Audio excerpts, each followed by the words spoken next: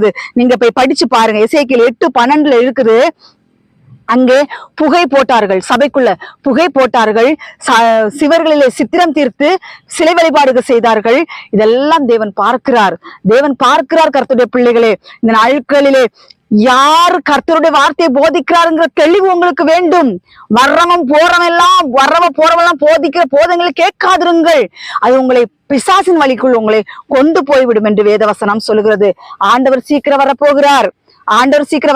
இதோட இனி 3 சபைகளை பத்தி ஆண்டவர் சொல்லியிருக்கிறார். இதை பார்ட் 2ல நான் போடுகிறேன். சரியா? இது பார்ட் 2ல நான் இதை போடுகிறேன். கர்த்தருடைய பிள்ளைகளே, கர்த்தராகிய ஆண்டவர் சீக்கிரமா வரப்போகிறார். அதற்காக ஒரு வசனத்தை ஆண்டவர் எனக்கு கொடுக்கிறார்.